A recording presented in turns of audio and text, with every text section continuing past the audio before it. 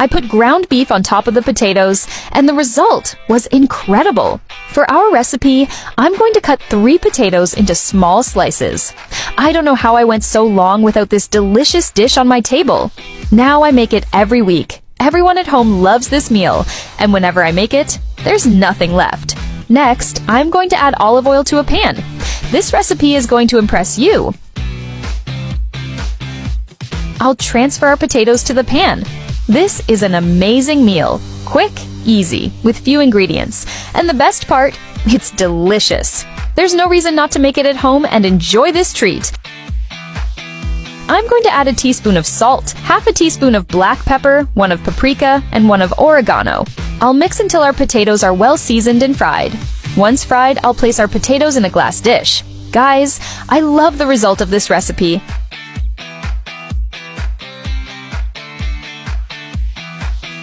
In the same pan, I'm going to add a little more olive oil. I'll add 1 diced onion and also 3 minced cloves of garlic. I'll stir until our onions are well browned.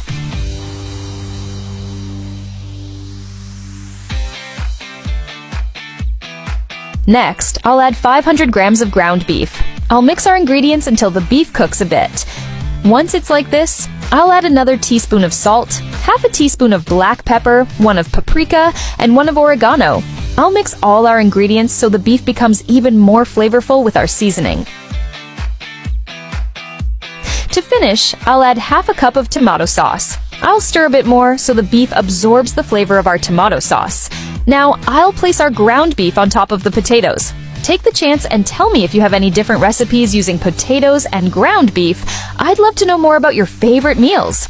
This is the perfect meal for Sunday lunches with the family gathered around, and I'm sure it will be the highlight of the day because the result is so wonderful.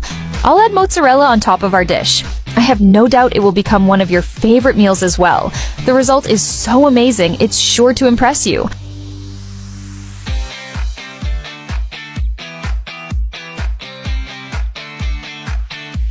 I'll bake it at 360 degrees Fahrenheit for 15 minutes.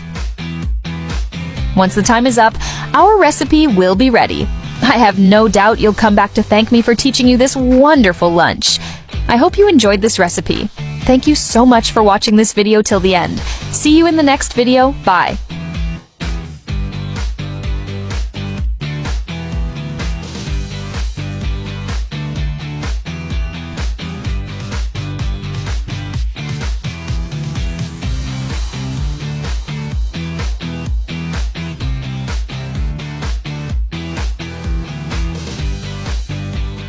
The new way of cooking chicken breast that's taking the world by storm.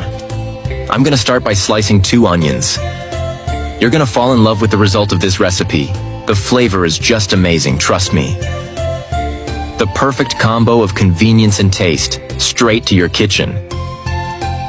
I'll put all these onions into a bowl. Now I'll slice 2 tomatoes. It's so easy to make that even someone with no kitchen skills can pull off this delicious dish. With this exclusive method, you're gonna impress everyone at the table. When you try it at home, send me a pic of how it turned out. This recipe is made for those who love simplicity but don't want to give up on flavor. I'll make a layer with these tomato slices here. I'm sure you'll find this super easy to make. We're ready for the next step. I've got 3 chicken breasts here. I'm gonna make some cuts so they can soak in all that flavor. Tell me what city you're watching us from so I can send you a special shout out. Today's shout out goes to Leah Thompson from Austin, Texas. I'm so happy you're enjoying our recipes. In a bowl, I'm gonna add a 1/4 cup of soy sauce, 1 tablespoon of brown sugar, a 1/4 cup of olive oil.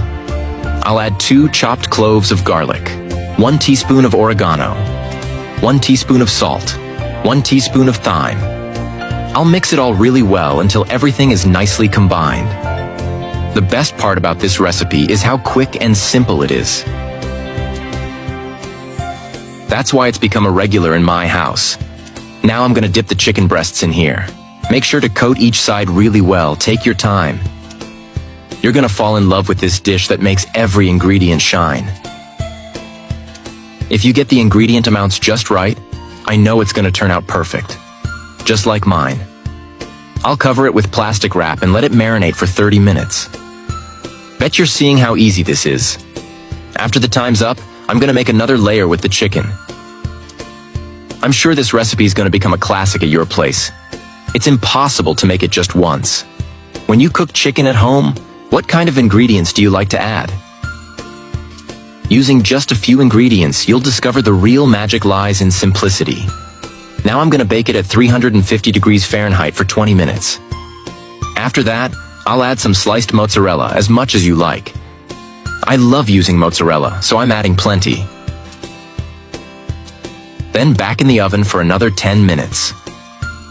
Once that's done, it's perfect. Now just plate it, slice it up, and enjoy this delicious meal. Few ingredients, but the result? An explosion of flavor. You can make this cake in a pan. It's super quick and easy, a practical and delicious recipe.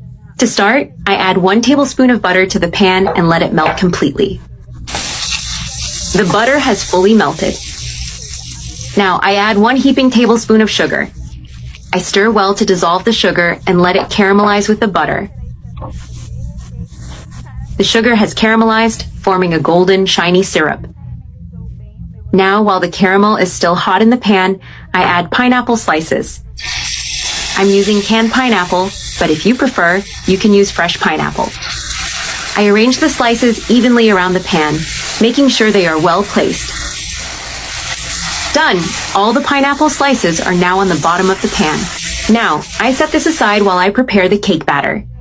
In a bowl, I add 1 egg, 3 tablespoons of sugar, and half a teaspoon of vanilla extract. The vanilla extract will give the batter a delicious aroma and a special flavor. I mix well until the sugar is fully dissolved. Now, I add half a cup of oil and half a cup of milk. I mix again until all the liquid ingredients are well incorporated. Then, I add 1.5 cups of sifted all-purpose flour, which helps make the batter lighter. I stir well until I have a smooth, lump-free mixture. I keep mixing slowly until the texture is silky and even. The batter is now well mixed. Now I add half a tablespoon of baking powder. I stir gently to incorporate the baking powder without losing the fluffiness of the batter.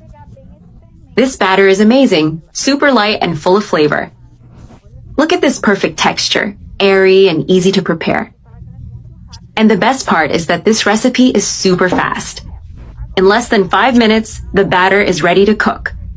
Now I pour the batter over the caramelized pineapple slices. I spread it carefully to make sure all the pineapple is covered. I scrape the bowl well to use all the batter and avoid waste. I spread the batter gently so it's evenly distributed and covers all the slices. Important reminder, the heat is still off so the caramel and pineapple don't burn. Now that everything is ready, I cover the pan with a lid. Then, I turn on the heat on very low and let the cake cook for about 15 minutes. Now it's time to flip the cake. To do this, I take a large plate and place it on top of the pan. Very carefully, I flip the cake so that the caramelized side is on top. I turn the heat back on and let it brown for a few more minutes. The cake is now fully cooked and golden brown on both sides. I turn off the heat and remove it from the pan. Using a spatula, I lift it carefully and place it on a serving plate. I put it back on the same plate I flipped it onto to keep a nice presentation. Now, it's time to cut a slice of this wonderful cake. Look at this amazing texture. The caramelized pineapple cake turned out absolutely perfect. Now, all that's left is to enjoy this delicious treat.